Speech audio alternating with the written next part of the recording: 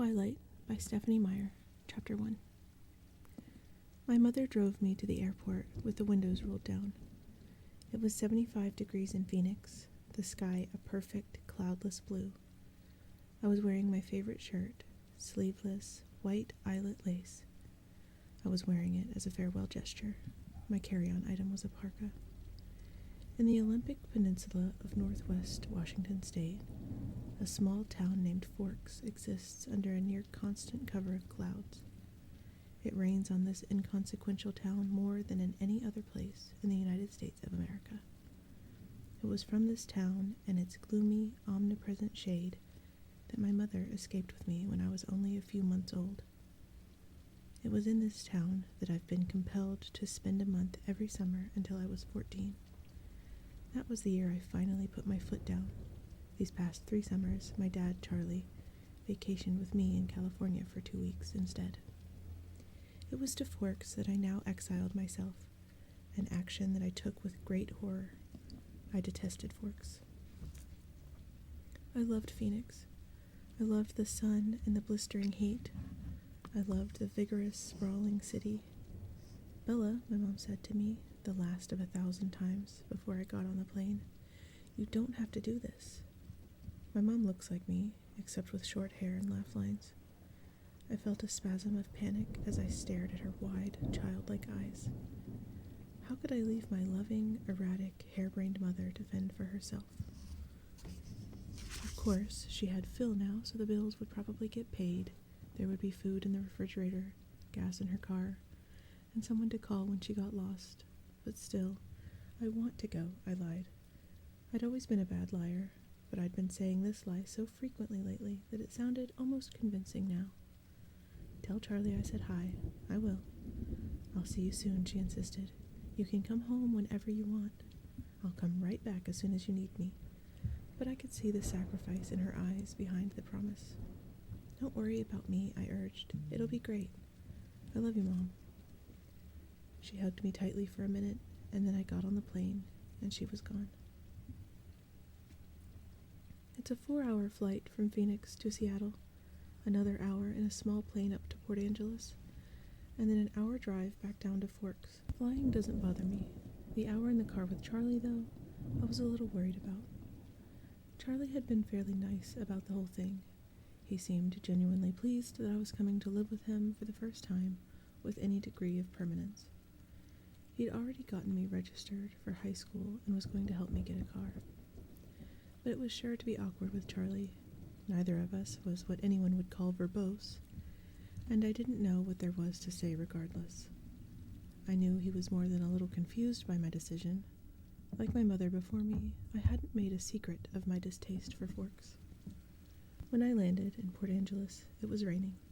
I didn't see it as an omen, just unavoidable. I'd already said my goodbyes to the sun.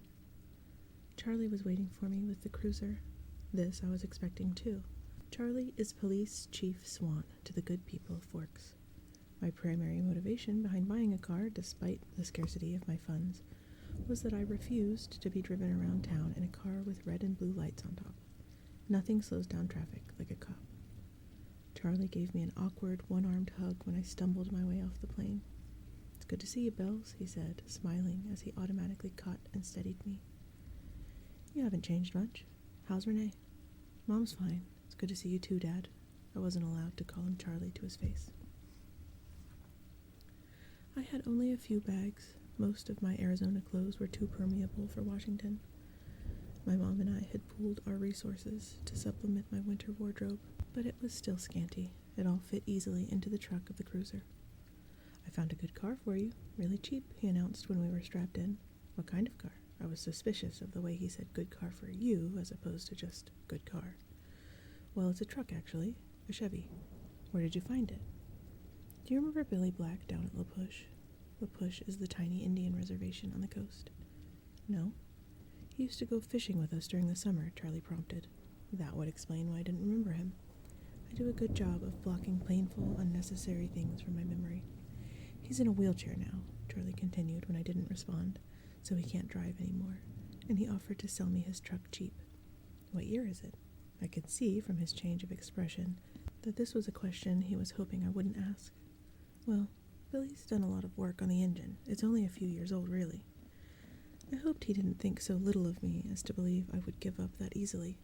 When did he buy it? He bought it in 1984, I think. Did he buy it new? Well, no. I think it was new in the early 60s or late 50s at the earliest, he admitted sheepishly. Dad, I don't really know anything about cars. I wouldn't be able to fix it if anything went wrong, and I couldn't afford a mechanic. Really, Bella, the thing runs great. They don't build them like that anymore.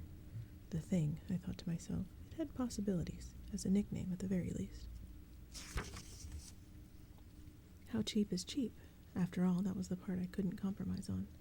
Well, honey, I kind of already bought it for you, as a homecoming gift. Charlie peeked sideways at me with a hopeful expression.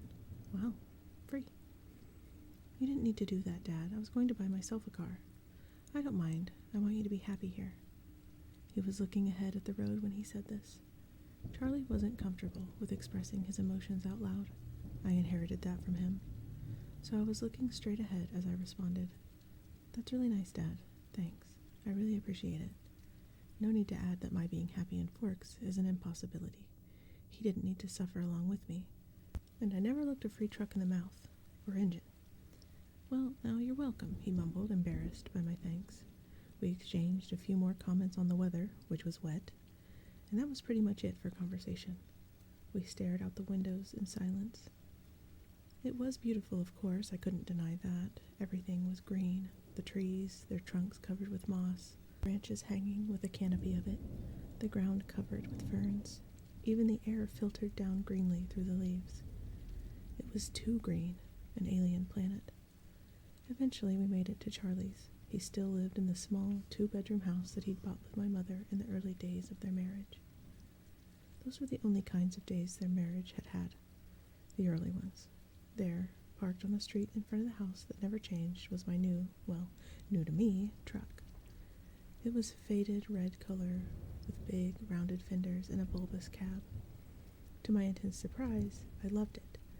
I didn't know if it would run, but I could see myself in it. Plus, it was one of those solid iron affairs that never gets damaged, the kind you see at the scene of an accident, paint unscratched, surrounded by the pieces of the foreign car it had destroyed. Wow, Dad, I love it. Thanks. Now my horrific day tomorrow would be just that much less dreadful.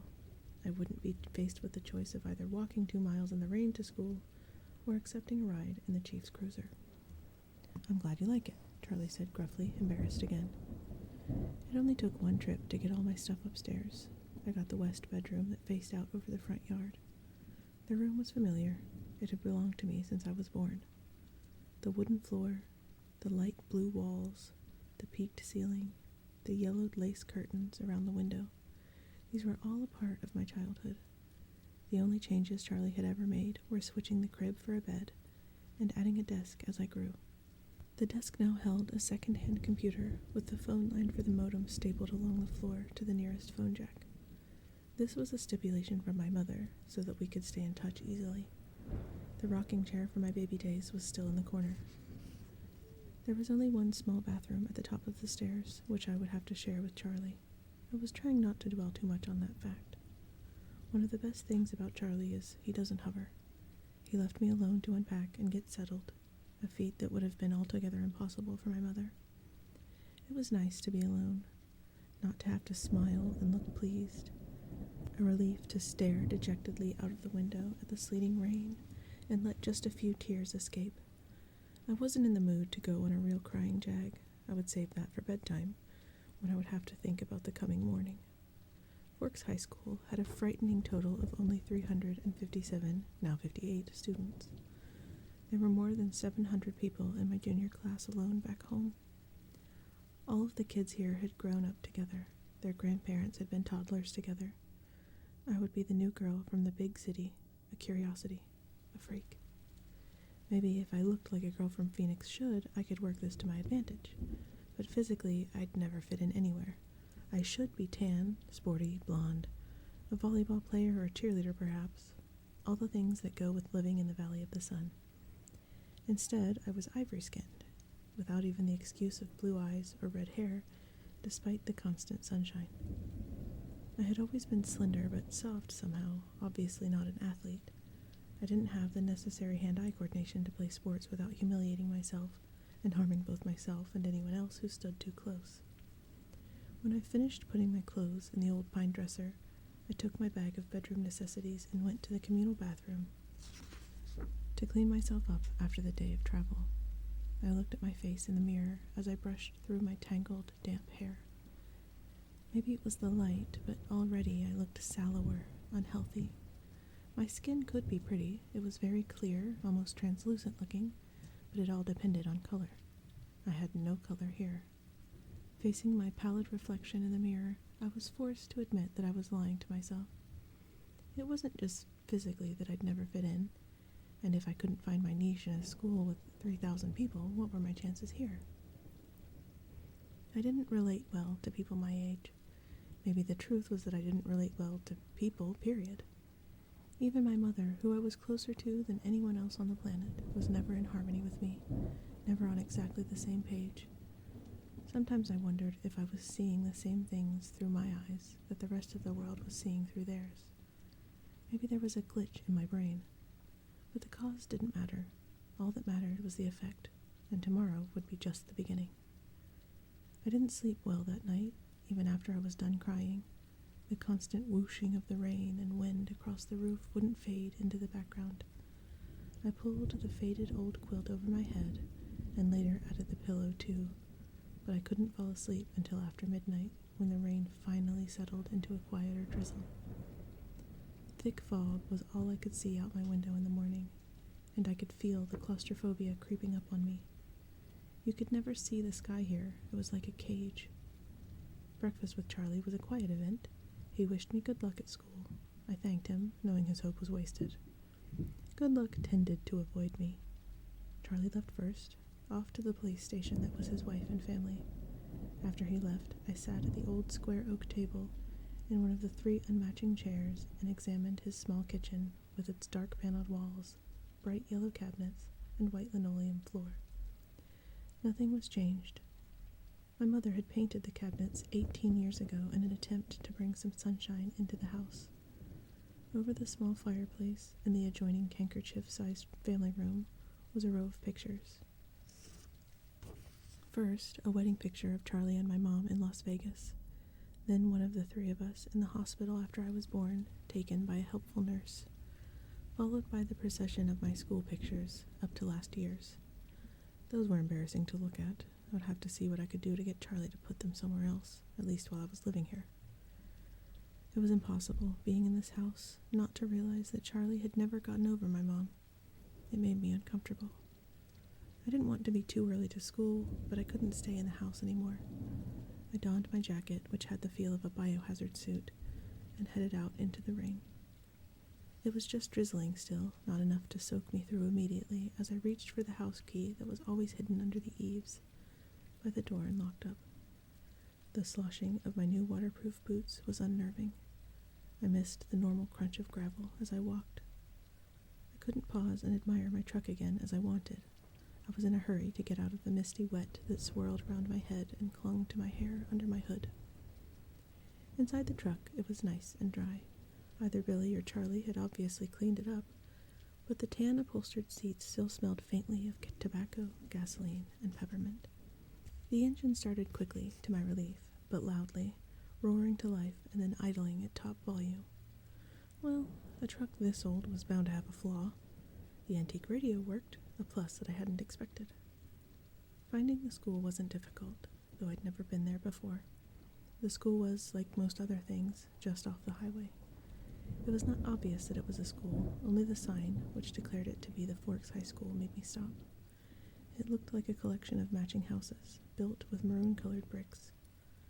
There were so many trees and shrubs I couldn't see its size at first. Where was the feel of the institution? I wondered nostalgically. Where were the chain-link fences, the metal detectors? I parked in front of the first building, which had a small sign over the door reading Front Office. No one was parked there, so I was sure it was off limits, but I decided I would get directions inside instead of circling around in the rain like an idiot. I stepped unwillingly out of the toasty truck and walked down a little stone path lined with dark hedges. I took a deep breath before opening the door. Inside, it was brightly lit and warmer than I'd hoped. The office was small, a little waiting area with padded folding chairs, orange-flecked commercial carpet, notices and awards cluttering the walls. A big clock ticking loudly. Plants grew everywhere in large plastic pots, as if there wasn't enough greenery outside. The room was cut in half by a long counter, cluttered with wire baskets full of papers and brightly colored flyers taped to its front. There were 3 desks behind the counter, one of which was manned by a large, red-haired woman wearing glasses. She was wearing a purple t-shirt, which immediately made me feel overdressed. The red-haired woman looked up. "Can I help you?" "I'm Isabella Swan," I informed her, and saw the immediate awareness light her eyes. I was expected. A topic of gossip, no doubt. Daughter of the chief's flighty ex-wife, come home at last. "Of course," she said. She dug through a precariously stacked pile of documents on her desk till she found the ones she was looking for. "I have your schedule right here and a map of the school." She brought several sheets to the counter to show me. She went through my classes for me, highlighting the best route to each on the map, and gave me a slip to have each teacher sign, which I was to bring back at the end of the day. She smiled at me and hoped, like Charlie, that I would like it here in Forks. I smiled back as convincingly as I could. When I went back out to my truck, other students were starting to arrive. I drove around the school, following the line of traffic. I was glad to see that most of the cars were older, like mine. Nothing flashy. At home, I'd lived in one of the few lower-income neighborhoods that were included in the Paradise Valley district. It was a common thing to see a new Mercedes or Porsche in the student lot.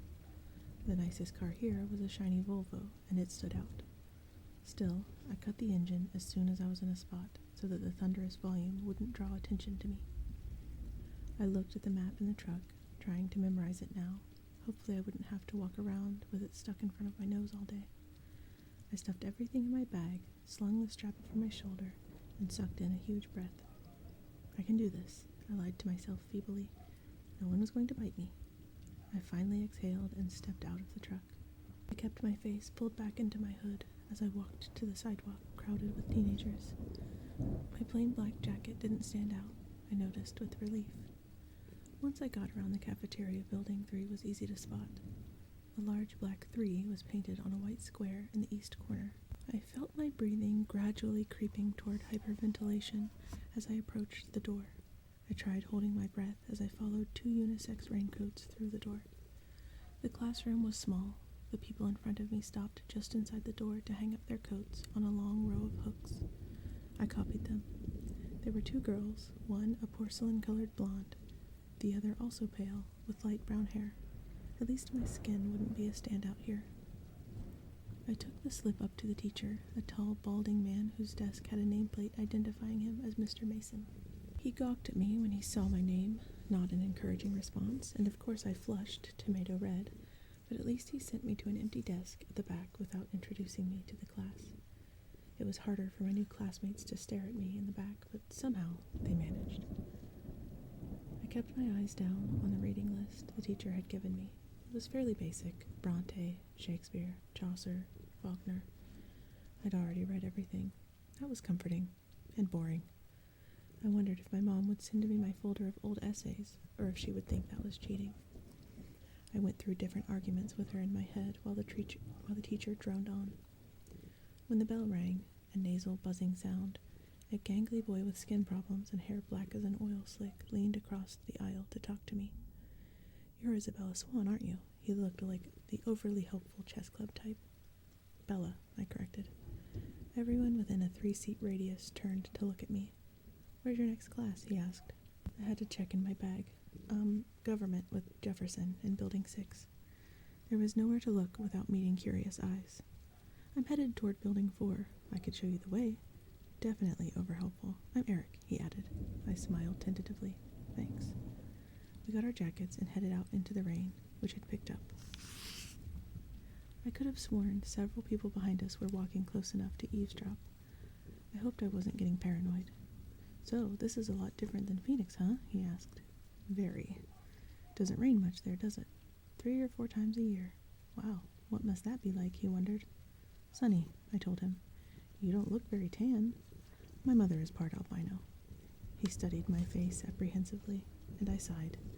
It looked like clouds and a sense of humor didn't mix. A few months of this, and I'd forget how to use sarcasm. We walked around the cafeteria to the south building by the gym. Eric walked me right to the door, though it was clearly marked. "Well, good luck," he said as I touched the handle. "Maybe we'll have some other classes together." He sounded hopeful. I smiled at him vaguely and went inside. The rest of the morning passed in about the same fashion. My trigonometry teacher, Mr. Varner, who I would have hated anyway just because of the subject he taught, was the only one who made me stand in front of the class and introduce myself. I stammered, blushed, and tripped over my own boots on the way to my seat. After 2 classes, I started to recognize several of the faces in each class. There was always someone braver than the others who would introduce themselves and ask me questions about how I was liking forks. I tried to be diplomatic, but mostly I just lied a lot. At least I never needed the map. One girl sat next to me in both Trig and Spanish, and she walked with me to the cafeteria for lunch. She was tiny, several inches shorter than my 5 feet 4 inches, but her wildly curly hair made up a lot of the difference between our heights. I couldn't remember her name, so I smiled and nodded as she prattled about teachers and classes. I didn't try to keep up. We sat at the end of a full table with several of her friends, who she introduced to me. I forgot all of their names as soon as she spoke them. They seemed impressed by her bravery in speaking to me. The boy from English, Eric, waved at me from across the room. It was there, sitting in the lunchroom, trying to make conversation with 7 curious strangers, that I first saw them. They were sitting in the corner of the cafeteria, as far away from where I sat as possible in the long room. There were 5 of them.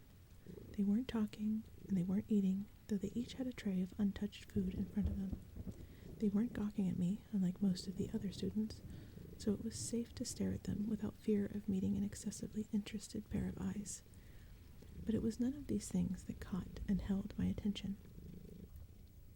They didn't look anything alike. One of the boys was big, muscled like a serious weightlifter with dark, curly hair. Another was taller, leaner, but still muscular, and honey blonde. The last was lanky, less bulky, with untidy, bronze-colored hair. He was more boyish than the others, who looked like they could be in college, or even teachers here rather than students. The girls were opposites. One was tall and statuesque.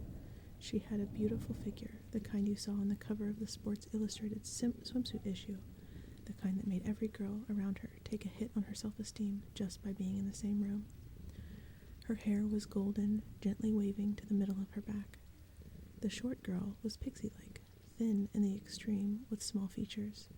Her hair was a deep black, cropped short and pointing in every direction. And yet they were all exactly alike.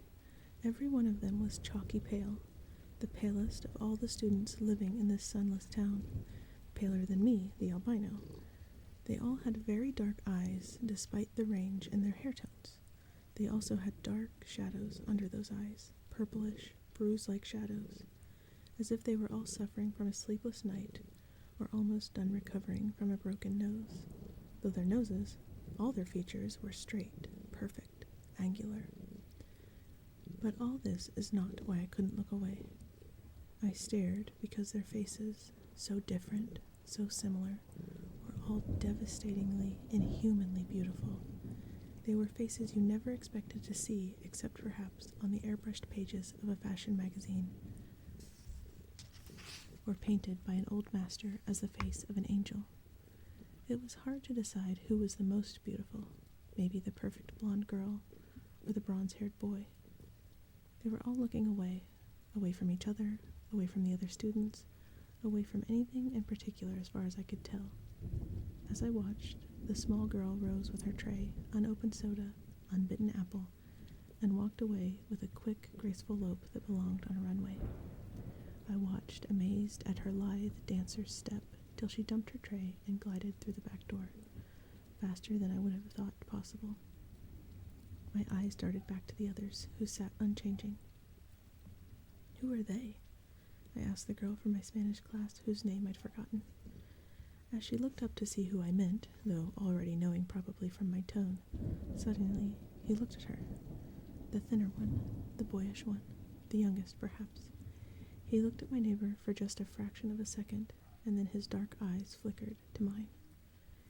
He looked away quickly, more quickly than I could, though in a flush of embarrassment I dropped my eyes at once. In that brief flash of a glance, his face held nothing of interest. It was as if she had called his name, and he'd looked up involuntarily, already having decided not to answer. My neighbor giggled in embarrassment, looking at the table like I did. That's Edward and Emmett Cullen, and Rosalie and Jasper Hale. The one who left was Alice Cullen. They all lived together with Dr. Cullen and his wife.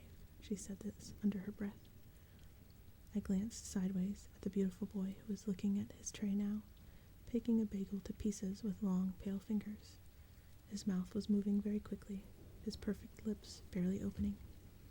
The other three still looked away, and yet I felt he was speaking to them quietly. Strange, unpopular names, I thought. The kind of names grandparents had, but maybe that was in vogue here, small-town names. I finally remembered that my neighbor was called Jessica, a perfectly common name. There were 2 girls named Jessica in my history class back home. They are very nice-looking, I struggled with a conspicuous understatement. Yes, Jessica agreed, with another giggle. They're all together, though. Emmett and Rosalie, and Jasper and Alice, I mean, and they live together. Her voice held all the shock and condemnation of a small town, I thought critically. But if I was being honest, I had to admit that even in Phoenix it would cause gossip. Which ones are the Cullens? I asked. They don't look related.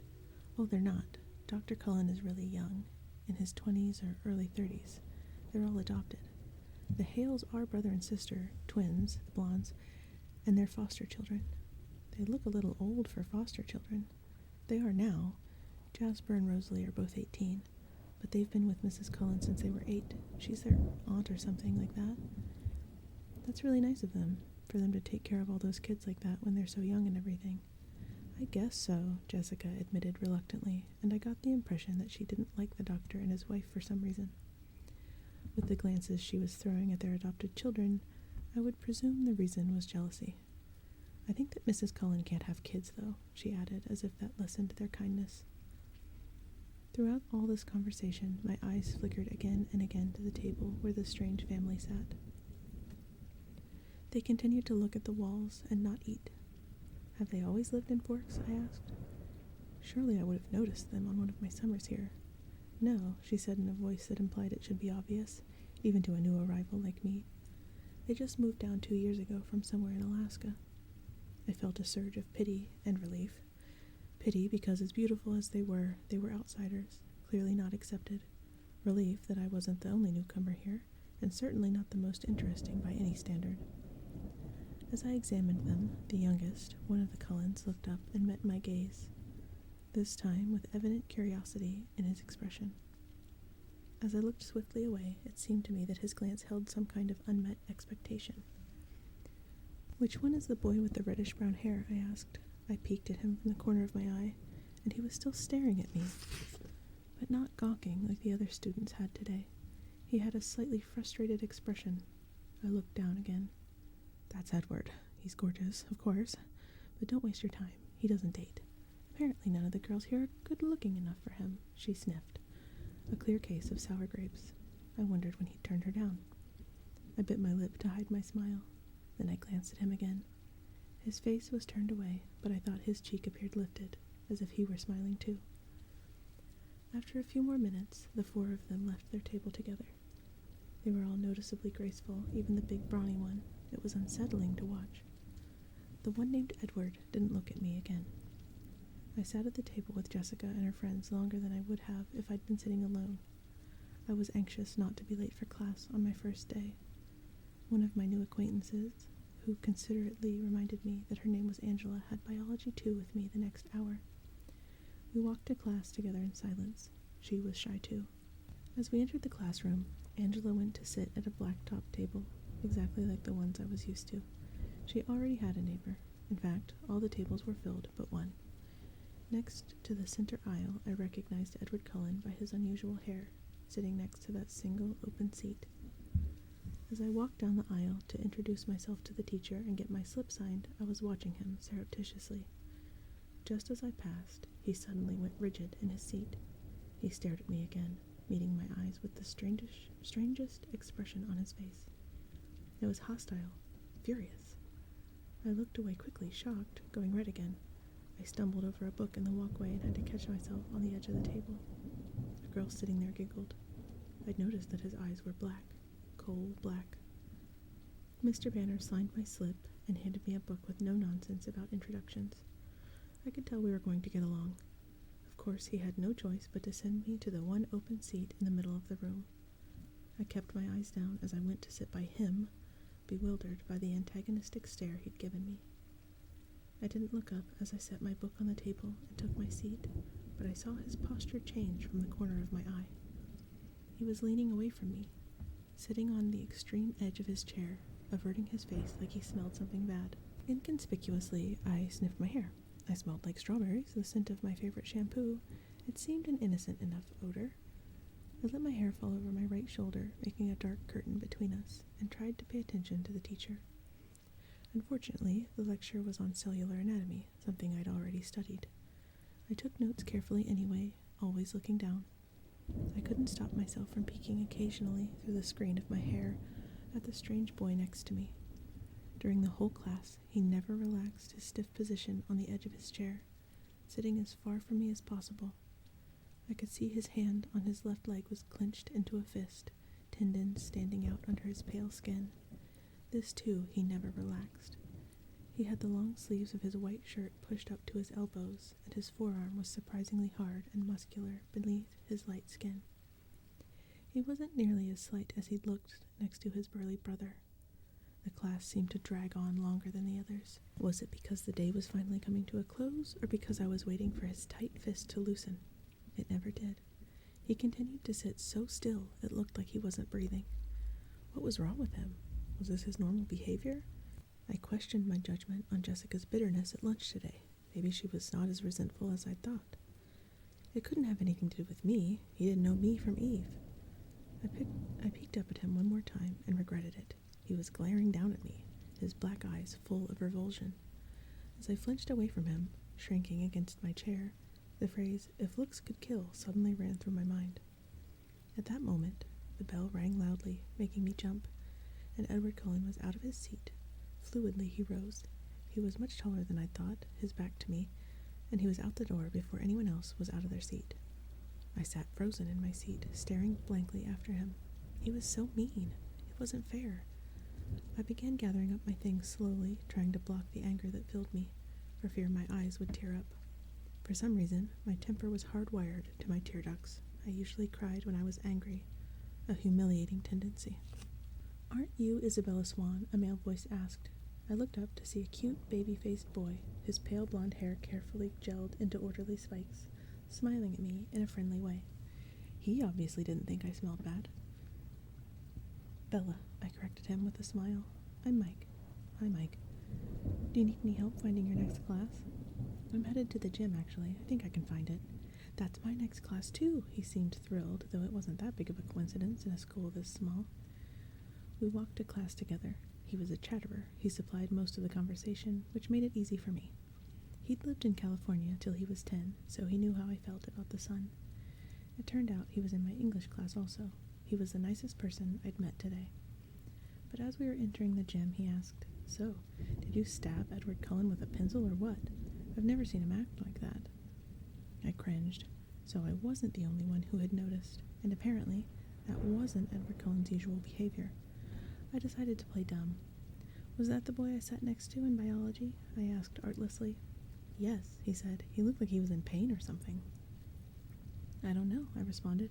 "I never spoke to him." "He's a weird guy." Mike lingered by me instead of heading to the dressing room. "If I were lucky enough to sit by you, I would have talked to you." I smiled at him before walking through the girls' locker room door. He was friendly and clearly admiring, but it wasn't enough to ease my irritation.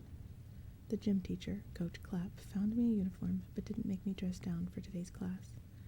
At home, only 2 years of PE were required. Here, PE was mandatory all 4 years. Forks was literally my personal hell on earth. I watched 4 volleyball games running simultaneously. Remembering how many injuries I had sustained and inflicted playing volleyball, I felt faintly nauseated. The final bell rang at last. I walked slowly to the office to return my paperwork. The rain had drifted away, but the wind was strong and colder. I wrapped my arms around myself. When I walked into the warm office, I almost turned around and walked back out. Edward Cullen stood at the desk in front of me. I recognized again that tousled bronze hair. He didn't appear to notice the sound of my entrance. I stood, pressed against the back wall, waiting for the receptionist to be free. He was arguing with her in a low, attractive voice. I quickly picked up the gist of the argument. He was trying to trade from 6th hour biology to another time. Any other time. I just couldn't believe that this was about me. It had to be something else, something that happened before I entered the biology room. The look on his face must have been about another aggravation entirely. It was impossible that this stranger could take such a sudden, intense dislike to me. The door opened again, and the cold wind suddenly gusted through the room, rustling the papers on the desk, swirling my hair around my face. The girl who came in merely stepped up to the desk, placed a note in the wire basket, and walked out again. But Edward Cullen's back stiffened, and he turned slowly to glare at me. His face was absurdly handsome, with piercing, hate-filled eyes. For an instant, I felt a thrill of genuine fear, raising the hair on my arms. The look lasted only a second, but it chilled me more than the freezing wind. He turned back to the receptionist. "Never mind, then," he said hastily, in a voice like velvet. "I can see that it's impossible. Thank you so much for your help." And he turned on his heel without another look at me and disappeared out the door. I went meekly to the desk, my face white for once instead of red, and handed her the signed slip. "How did your first day go, dear?" the receptionist asked maternally. "Fine," I lied, my voice weak. She didn't look convinced. When I got to my truck, it was almost the last car in the lot. It seemed like a haven, already the closest thing to home I had in this damp green hole. I sat inside for a while, just staring out the windshield blankly, but soon I was cold enough to need the heater, so I turned the key and the engine roared to life. I headed back to Charlie's house, fighting tears the whole way there.